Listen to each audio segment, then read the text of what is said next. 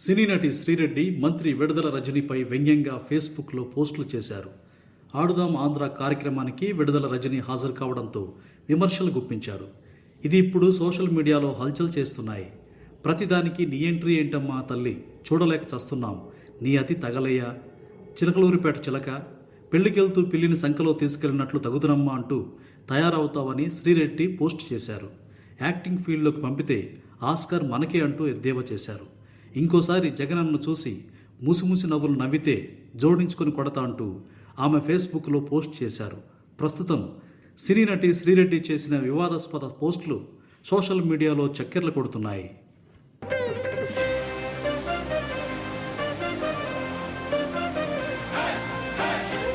Please subscribe Dot News.